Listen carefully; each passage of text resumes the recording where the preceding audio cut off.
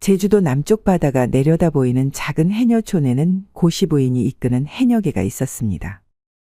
마을에서 여러 척의 어선을 소유한 선주 고만덕의 아내인 고시 부인은 마을의 대여장으로 해녀들을 별 문제 없이 잘 이끄는 능력을 갖춘 여인이었습니다. 고만덕은 한양과의 해산물 거래로 큰 부를 축적했지만 항상 장사와 술에 취해 집에 있는 날이 드물었고 고시 부인과의 부부 사이는 이미 오래전에 식어버린 상태였습니다. 해녀계에는 수십 명의 해녀들이 일했는데 그 중에서도 어부 청년인 송철이는 해녀들의 태왁과 망사리를 정성껏 손질하고 해녀들이 바다에 들어가기 전 필요한 도구들을 챙겨주는 솜씨가 뛰어났습니다. 특히 그는 거친 파도 속에서도 흔들림 없이 어선을 몰아 해녀들을 물질하기 좋은 장소까지 안전하게 실어 나르는 능력이 탁월했죠. 고시 부인의 집안 하녀인 순덕이는 해녀들 중에서도 가장 깊이 잠수할 수 있는 실력을 가졌습니다. 둘은 어릴 적부터 함께 바다에서 일하며 서로를 알아왔습니다. 무더운 여름 어느 날이었어요. 순덕아, 오늘 바다에 나갔다 올 테니 점심 좀 갖다 줄 수 있겠어? 그럼 내가 맛있는 반찬들을 준비해 가져다 줄게. 내가 몸도 깨끗하게 씻고 갈게. 웃으며 순덕이가 말하였습니다. 두 사람의 다정한 대화를 우연히 엿들은 고시 부인은 마음이 심란해졌습니다. 몸을 왜 깨끗이 씻고 간다는 거야?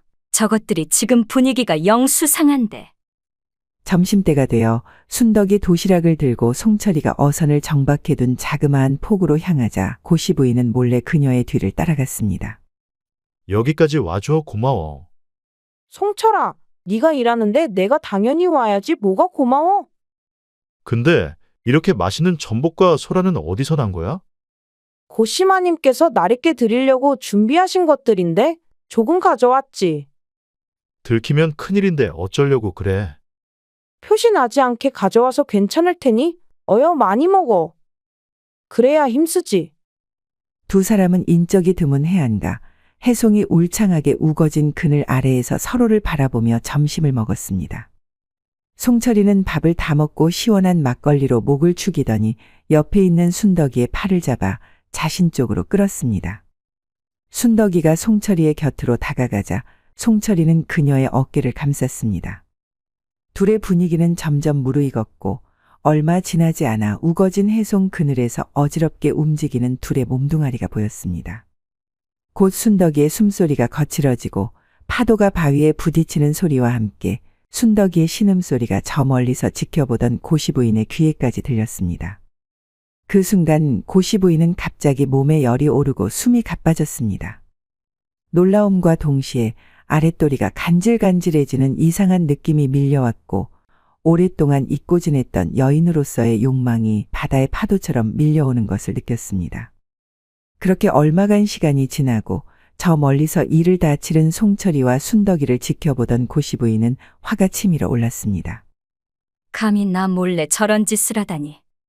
하지만 동시에 그녀는 자신의 여종과 젊은 어부가 나누는 사랑에 질투심을 느꼈습니다.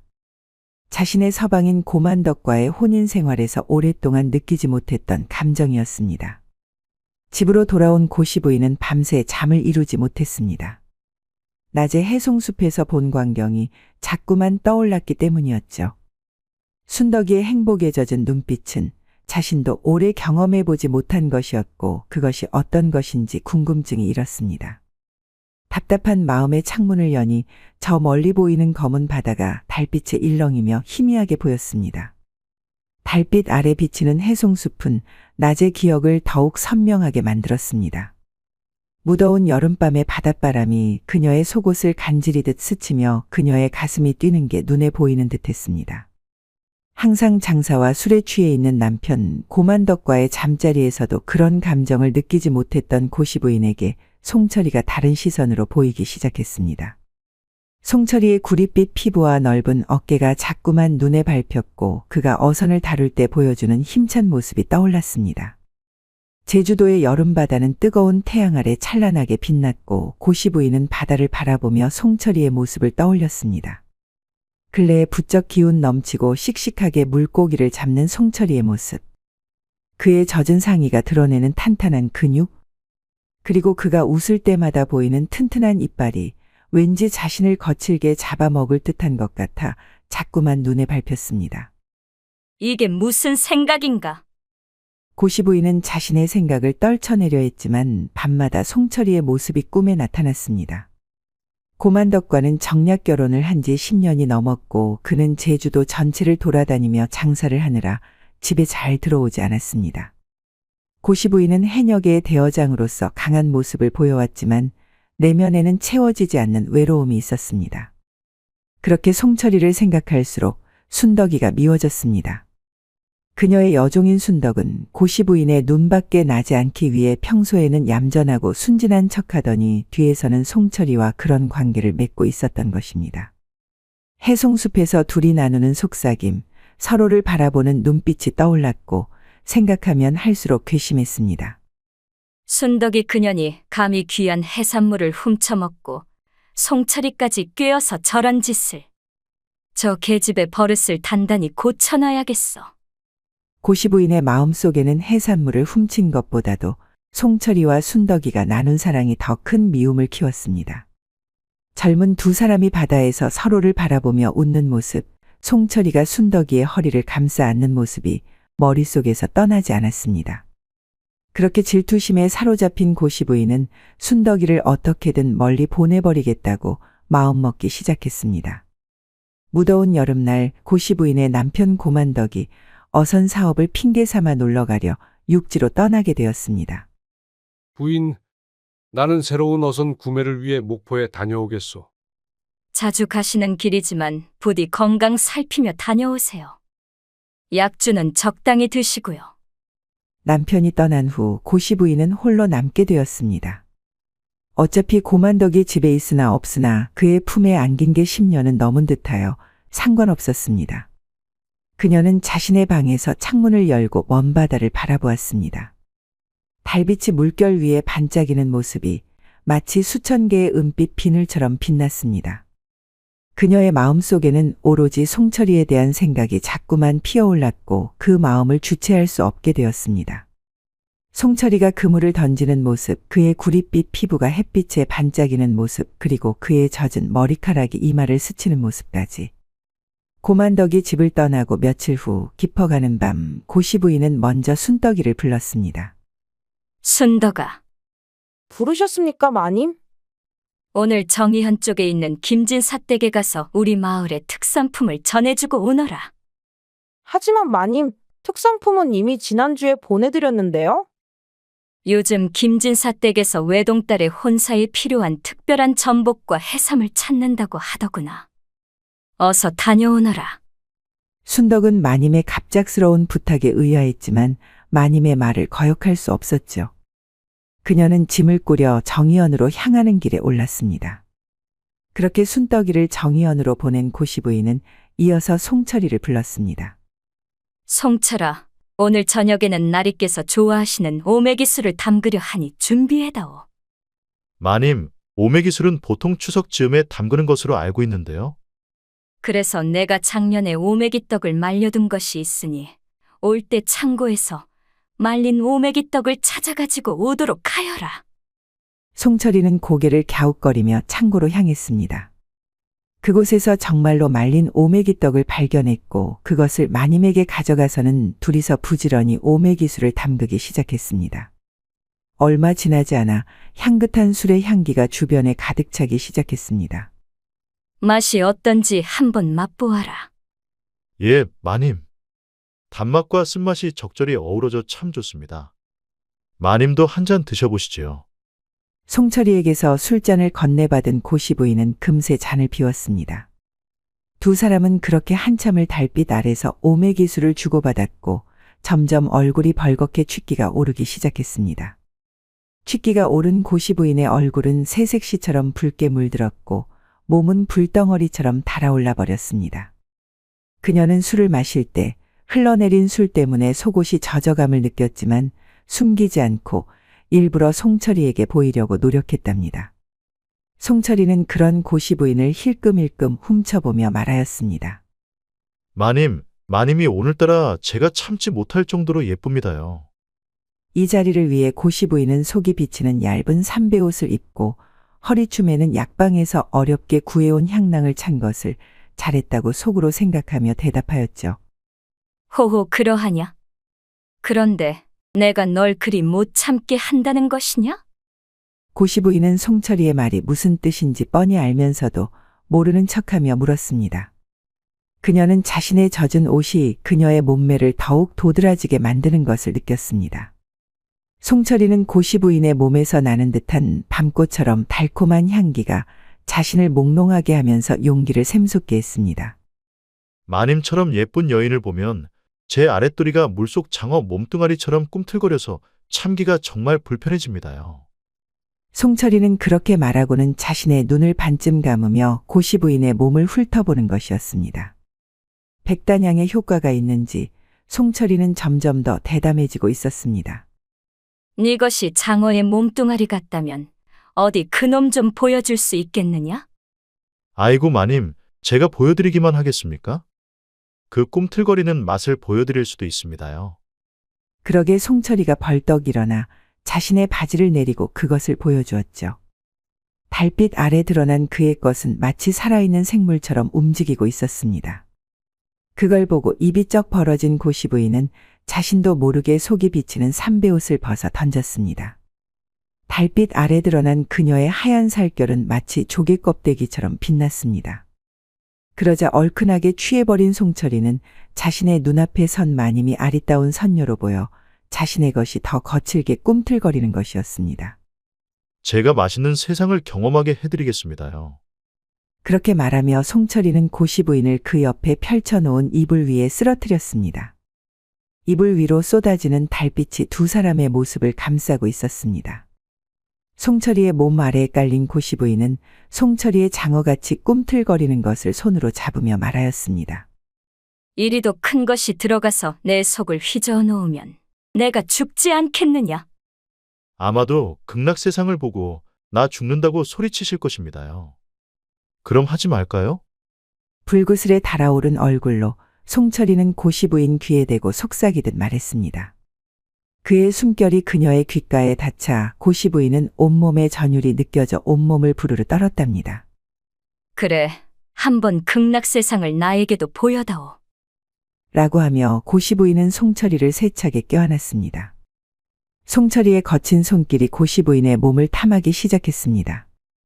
바다에서 일하며 다져진 그의 손은 거칠었지만 부드럽게 그녀의 몸을 다루고 있었습니다. 아, 송철아. 나 죽는다. 나 죽어. 송철이의 힘찬 움직임에 고시 부인은 파도처럼 오르내리며 평생 느껴보지 못한 쾌감에 빠져들었습니다. 바다 위를 떠다니는 듯한 느낌, 그리고 깊은 바다 속으로 가라앉는 듯한 감각이 번갈아 찾아왔습니다. 달빛 아래 두 사람의 몸은 하나가 되어 움직였고 그들의 신음소리는 파도 소리에 뒤섞여 멀리 퍼져나갔습니다. 그런 일이 있고 나서 다음 날이 되자 고시 부인은 송철이의 꿈틀거리던 것이 밤마다 생각나는 것이었습니다. 그의 거친 손길, 달콤한 입술, 그리고 그 장어 같은 것이 주는 극락의 감각이 계속해서 떠올랐습니다. 그렇게 하루를 참았던 고시 부인은 그 다음 날은 더 이상 참을 수가 없었죠. 게다가 순덕이는 정희연의 심부름을 보내놨으니 고시 부인은 마음 편히 송철이를 불렀죠. 마님 부르셨습니까? 그래. 내가 너와 저번에 맛본 장어가 그리워 너를 다시 불렀다네. 오늘 밤도 자네의 장어 맛을 볼 수 있겠는가? 고시 부인이 조용히 웃으며 송철이의 어깨에 손을 얹었습니다. 그녀의 손길이 닿자 송철이는 깜짝 놀란 듯한 표정을 지었습니다. 아니, 마님. 무슨 말씀이십니까? 제가 어찌 장어처럼 귀한 음식을 가지고 있겠습니까? 그렇게 송철이는 말하며 고개를 급하게 숙였어요. 그의 반응에 고시 부인은 당황했습니다. 아니, 저번에 나에게 맛보여준 장어를 모른다고 하는 것이냐? 엊그제 일을 잊었단 말이냐? 고시 부인의 말에 영문을 모르겠다는 듯이 송철이가 고개를 들고 말하였습니다. 그때 오메기술을 담을 때 무슨 일이 있었나요? 생각이 안 납니다요. 고시 부인이 보기에 송철이는 정말로 그때 일을 기억하지 못하는 것처럼 보였습니다. 술에 취해 벌인 일이다 보니 송철이가 기억을 하지 못하는 것 같았죠. 그러자 고시 부인은 자신의 얼굴을 송철이의 얼굴 가까이에 붙이며 답답하다는 듯 물었습니다. 아무것도 기억이 안 난다는 것이냐? 그날은 내가 예쁘다고 희롱하더니만 오늘은 내가 이쁘지 않다는 말이더냐? 깜짝 놀란 송철이는 자신의 몸을 뒤로 빼며 고개를 숙이고 대답하였습니다. 마님처럼 아름다운 분은 본 적이 없습니다요. 그런데 그때 저는 정말로 오매기술만 담았지 다른 일들은 기억이 없습니다요. 제가 어찌 마님을 희롱하겠습니까? 송철이의 말에 고시 부인은 그가 거짓을 말하는 게 아님을 직감할 수 있었죠. 그때 고시 부인의 뇌리를 스치고 지나가는 게 있었답니다. 아, 그래. 그 향낭 때문인가. 약방 주인이 향낭에 들어있던 백단향은 마음을 편하게 해서 남녀 사이를 좋게 해준다고 하더니만 어떤 사람에겐 기억을 잊게 하는 효능도 있었나 보구나. 그렇게 속으로 생각하던 고시 부인은 얼굴을 환하게 밝히며 다시 송철이에게 말하였습니다. 그래, 내가 잘못 알았나 보구나. 이따가 그물을 다 손질하거든 내 방으로 오너라. 저번에 빚어둔 술을 다시 한잔 하자꾸나. 마님 고맙습니다요. 요즘처럼 더운 여름엔 바다에서 일하고 돌아오면 술을 한잔해야 피로가 풀리는 듯 하거든요. 그래, 돌아와서 몸을 잘 씻고 내 방으로 건너오도록 하거라. 고시 부인은 그렇게 말하며 송철이를 돌려보냈습니다. 그리고 다시 한번 향낭의 백단향을 확인하며 미소를 지었습니다. 송철이는 일을 마치자마자 마님의 분부대로 몸을 깨끗하게 씻고 마님의 거처로 향했습니다. 그때 고시 부인은 백단향이 든 향낭을 다시 자신의 허리춤에 차고 있었습니다. 마님, 저 왔습니다요. 그래, 들어오게. 송철이가 거처 문 앞까지 퍼져나오는 어떤 달콤한 향기에 이끌려 거처 안으로 들어갔습니다. 그러자 술상엔 오매기술과 맛있는 술안주가 차려져 있는 것이었습니다. 자, 오늘 고생하였을 터이니 한 잔 받거라. 아이고, 제가 어찌 마님께 잔을 받을 수 있겠습니까요? 그냥 제가 따라 마시겠습니다요. 그렇게 말할 때 송철이의 입에서 바다가 키운 생선의 달콤하면서도 짭조름한 냄새가 풍기는 듯하였습니다. 요즘 같은 여름의 바다에서 일하는 어부들에게는 신선한 생선을 구워 먹는 게 작은 재미였습니다. 그 향긋한 냄새에 고시 부인은 취한 듯 송철이의 입술을 맛있는 음식을 보는 듯한 얼굴로 빤히 쳐다보았죠. 아닐세, 오늘은 내가 따라줄 테니 편하게 마시게나. 그러면 마님께서 직접 따라주시는 술이니 사양치 않고 마시겠습니다요. 그렇게 술에 취하고 고시 부인의 향낭 속 백단향에 취해 송철이는 마음이 편해져서 대여장과 술을 주거니 받거니 하였습니다. 그러다 보니 어느새 고시 부인도 취기가 올라 송철이에게 말하였습니다. 송철아, 오늘도 자네의 그 장어 맛을 보여줄 테냐? 마님, 제가 장어 맛만 보여드리겠습니까? 대어장님만이 원하신다면 오늘은 문어의 맛도 보여드릴 수 있습니다요. 술에 취한 송철이가 혀로 자신의 입주위를 핥으며 개슴츠레한 눈으로 말하였습니다. 그래, 오늘은 내게 문어의 맛도 좀 보여주거라. 하며 고시 부인은 송철이의 팔을 잡아 이불 쪽으로 끌어당기며 속삭였습니다. 마님의 분부이시니 제가 최선을 다해 세상에서 제일 맛난 장어와 문어의 맛을 보여드리지요. 라고 말하며 송철이는 그의 몸을 고시 부인의 몸 위로 숙였습니다. 이젠 송철이의 눈에는 그 위엄 높으신 마님이 그저 교태를 부리며 웃음을 흘리는 젊은 아낙네의 얼굴처럼 보이기 시작했습니다. 제가 깊은 바닷속에서만 볼 수 있는 진귀한 맛을 보여드리겠습니다. 송철이가 고시 부인의 옷자락을 벗기며 말했습니다. 송철이의 손길이 닿자 고시 부인은 물속에 들어간 듯 몸이 파르르 떨렸습니다. 그의 거친 손바닥에 남아있는 소금기가 고시 부인의 살결에 닿을 때마다 따끔하면서도 묘한 쾌감을 주었습니다. 바다가 준 선물을 느껴보시지요, 마님. 송철이가 고시 부인의 귓가에 속삭였습니다. 달빛이 은은하게 비치는 늦은 밤, 정의연에서 며칠 만에 급히 돌아온 순덕이는 대문을 조용히 열었습니다. 마님이 시키신 일 때문에 며칠 동안 못 본 송철이에게 안기고 싶은 마음이 간절했거든요. 그렇게 급하게 마님의 거처로 갈 때 안에서 들려오는 이상한 소리에 그만 걸음을 멈추었습니다. 이 늦은 시각에 마님의 처소에서 무슨 일이지? 어둠 속에서도 거처 안에 불빛이 희미하게 새어나왔습니다. 평소라면 이 시각에 고시 부인은 잠들어 있을 시간이었습니다. 그리고 안에서는 고시 부인이 최대한 소리를 참는 듯 했지만 누가 들어도 그녀가 숨 넘어가는 듯한 소리인 걸 모를 리가 없었습니다.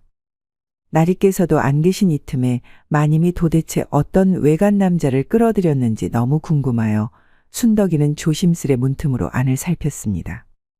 아니 그런데 송철이가 마님의 몸 위에 올라가 자신의 몸을 흔들고 있는 게 아니겠습니까? 송철이의 등에 땀이 흠뻑 흘러내리면서 열심히 움직이고 있었습니다. 그러자 너무 놀란 순덕이는 화가 치밀어 올라 손이 바들바들 떨리며 어찌할 바를 몰랐습니다. 순덕이는 가슴이 철렁 내려앉았습니다. 이제 모든 것이 이해되었습니다. 자신을 저 멀리 있는 정의연으로 심부름 보낸 것도 거짓이었던 것입니다. 아니, 이 짓거리를 하려고 나를 정의연으로 보냈던 것이구나. 분노와 배신감이 한꺼번에 치밀어 올랐습니다. 더 이상 둘의 그 짓을 지켜볼 수 없었던 순덕이는 마당으로 내려가 까만 화산석 하나를 들어 마님의 처소를 향해 힘껏 던졌습니다. 그 돌은 거처에 창문 종이를 찢으며 안으로 떼굴떼굴 굴러 떨어졌죠. 한참 송철이의 문어 같은 혀에 정신을 놓고 있던 고시 부인은 안으로 굴러 떨어진 화산석에 깜짝 놀라고 말았습니다. 이게 웬 돌멩이냐? 어떤 놈인지 확인할 테니 넌 여기서 조용히 있거라. 고시 부인은 급하게 송철이를 떼어놓고는 얼른 옷을 찾아 입고 밖으로 나가 보았습니다. 아니 그런데 마당에는 아무도 보이지 않았습니다. 순덕이는 돌멩이를 던지고 나서 마님방의 문이 열리는 소리가 들리자 깜짝 놀라 얼른 몸을 숨겼던 것입니다. 밖에 아무도 없는 것을 확인하고 왜 갑자기 돌멩이가 안으로 던져졌는지 의아하긴 했지만 고시 부인은 다시 방 안으로 들어갔습니다.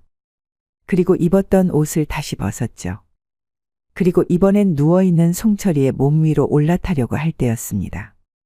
또 다른 화산석 하나가 다시 거쳐 창문의 종이를 뚫고 들어왔습니다. 그러자 이번엔 더 깜짝 놀란 고시 부인은 얼른 일어나 다시 옷을 주워 입고 밖으로 뛰쳐나가 보았습니다. 아니 그런데 이번에도 밖에는 아무도 없는 것이었습니다. 귀신이 곡할 노릇이었죠. 이게 무슨 일이람? 우리 집에 도깨비라도 나타난 것인가? 고시 부인은 혹시 제주의 도깨비들이 자신을 놀리는 것인가 하고 생각하며 밤바다를 바라보았습니다. 파도 소리만이 들려올 뿐이었습니다. 아무리 주변을 살펴도 아무도 없자 고시 부인은 다시 거처로 들어가야 했죠. 그러나 이미 뜨거웠던 몸들은 다 식어버린 지 오래였습니다. 어쩔 수 없이 송철이를 돌려보냈습니다. 고시 부인은 아까 마시던 오메기술을 자신의 잔에 따라 마시며 곰곰이 생각하였습니다. 어떤 놈들이 자신의 처소에 돌멩이를 던진 것인지, 그리고 만약에 자신과 송철이가 같이 있는 걸 누군가 눈치챈 것은 아닌지 마음 한편엔 불안한 마음이 일기 시작하였습니다. 혹시 순덕이가 돌아왔다가? 아니야, 그럴 리가 없어. 정의형까지는 가는 데만 해도 하루 이상 걸리는 길인데. 고시 부인은 애써 그 생각을 지워버리려 했지만 마음속 불안은 쉽게 가라앉지 않았습니다. 바다 위로 떠오른 달을 바라보며 그녀는 한숨을 내쉬었습니다. 그렇게 밤은 깊어갔고 고시 부인의 마음속에는 송철이의 장어와 문어에 대한 기억만이 남아 그녀를 괴롭혔습니다. 해녀계에 이끄는 자로서 누구에게도 창피한 것을 들킬 수 없는 외로움과 여자로서의 욕망 사이에서 그녀는 깊은 고민에 빠졌습니다. 바다가 품은 비밀처럼 나의 이 마음도 깊이 묻어두어야 하는 걸까? 그녀의 한숨 소리가 밤바다의 파도 소리에 섞여 사라져갔습니다. 이튿날 아침, 안방으로 아침 햇살이 비치기 시작할 때였습니다. 순덕이는 고시 부인을 찾아가 인사를 드렸습니다. 마님 다녀왔습니다. 그래, 물건들은 잘 보여드리고 왔느냐? 네, 그런데 이미 저번에 전달해드린 해산물 중에서 마음에 드는 것이 몇 개 있어서 그 중에서 고르면 충분하다고 하시더라고요. 제가 가져간 견본품은 보시긴 하였지만 그것들은 필요 없다고 하셨습니다. 그렇게 말하며 순덕이는 약간 뚱한 표정으로 고시 부인을 고개를 들어 쳐다보았습니다. 그래, 그러면 가져갔던 해산물 견본들은 그냥 가져왔다는 것이냐? 그러면 그 해산물들은 어디에 있느냐? 순덕이는 잠시 말을 고르더니 조심스레 입을 열었습니다. 돌아오는 길에 밤이 늦어 어느 어촌에 들렀는데요. 밤이라 사람들이 안 보여서 잠시 쉬다가 가려는 요량으로 빈 어창에 조용히 들어갔지요. 그런데 어떤 년놈들이 그 짓을 하고 있는 게 아니겠습니까요? 그것도 그 마을 대여장과 젊은 어부더라고요. 그 말에 깜짝 놀란 고시 부인은 물었습니다. 아니, 그 년놈들이 대여장과 어부란 걸 넌 어찌 알았느냐? 그게 그 짓거리를 하고 나선 엉겨붙어서는 서로 소곤거리며 말하는 걸 들었지요. 이 일이 다른 해녀들이나 마을 사람들에게 알려지면 큰일이 나니 진짜 조심해야 한다고. 순덕이의 말은 가슴을 후비는 듯한 비수처럼 고시 부인에게 느껴졌습니다. 그러면서 긴장한 고시 부인은 짜증을 내며 다시 순덕이에게 물었습니다. 그래서 가져갔던 해산물 견본들은 어찌하였단 말이더냐? 그러나 고시 부인의 물음에는 대답을 안 하고 순덕이는 말을 이었습니다. 그래서 제가 어찌했는지 아십니까? 제가 너무 놀라 그만 관청에 그년놈들을 고발하였습죠. 그랬더니만 관아의 포졸들이 그년놈들을 잡아가서 매질을 하였다고 합니다. 게다가 제주 목사님께서는 주상전하에게 진상하는 해산물을 담당하는 대여장이 그런 짓을 했다고 더 난리가 난 것이지요. 그러자 마님이 긴장한 듯 물었습니다. 아니, 어찌 대여장을 관하로 끌고 갈 수 있단 말이더냐? 그 말에 순덕이는 고개를 꼿꼿하게 들어 올리고는 말하였습니다. 통관을 한 대여장은 마을의 수치라 하여 그 마을의 어른들이 직접 관아에 찾아가 그 대여장을 국법에 따라 태장형에 처하게 해달라고 간청했다고 합니다. 태장형이면 맞고 나서 10중 8구는 다 앓다가 죽는다고 하는. 이렇게 말하며 고시 부인은 말을 흐렸습니다. 그리고 그 어부는 장형을 당할 것이라 하더라고요. 아마도 평생 하반신 불구가 돼서 남자구실도 못하겠지요. 그 말에 고시 부인은 겁이 나서 마른 침을 꼴깍 삼켰습니다. 그래서 가져갔던 해산물 견본들은 어디 있다는 것이냐? 제가 창고에 가져다 두었습니다. 지금 가져올까요? 그래, 어서 가져오너라. 순덕이가 창고에서 해산물들을 가지러 간 사이에 얼굴이 창백해진 마님은 깊은 생각에 잠겼습니다. 순덕이가 해준 어촌의 해녀두목과 어부 이야기는 그냥 한 이야기가 아니라 자신 보고 들으라고 하는 것처럼 들렸기 때문이기도 하였죠. 그렇게 고시 부인은 깊은 고민에 빠져 있었습니다. 이젠 순덕이가 돌아와서 앞으로 송철이를 부르기가 어려워지기도 하였지만 순덕이가 들려준 어촌의 이야기는 고시 부인의 마음을 너무나 불안하게 만들기엔 충분했던 것입니다. 하지만 송철이의 장어와 문어 맛을 알아버린 그녀의 몸뚱아리는 밤마다 그녀를 외로움에 미치게 하였습니다.